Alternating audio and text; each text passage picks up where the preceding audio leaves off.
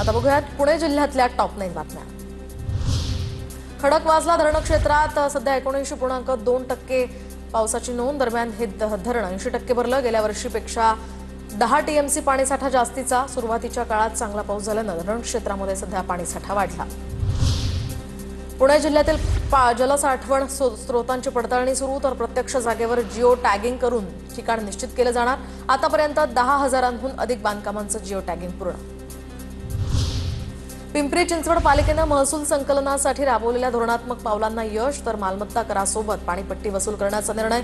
वर्षाच्या तिमाहीमध्ये 15,53,11,730 रुपयांची पाणीपट्टी जमा। पुण्यात मेट्रो प्रवाशांना स्टेशनपर्यंत ये-जा करण्यासाठी फीडर सेवा सुरू, तर मेट्रो फीडर बस सेवेतनं पीएमपी मालामाल जूनमध्ये 10,38,000 नागरिकांचा प्रवास।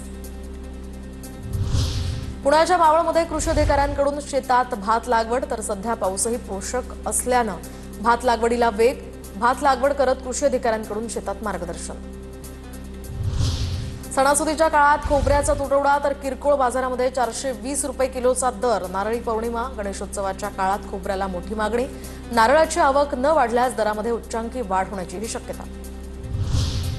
पुण्याच्या पुरंदरमध्ये अजित पवारांच्या वाढदिवसानिमित्त सुनेत्रा पवारांच्या हस्ते शेतकऱ्यांना शेती उपयोगी वस्तूंचं वाटप।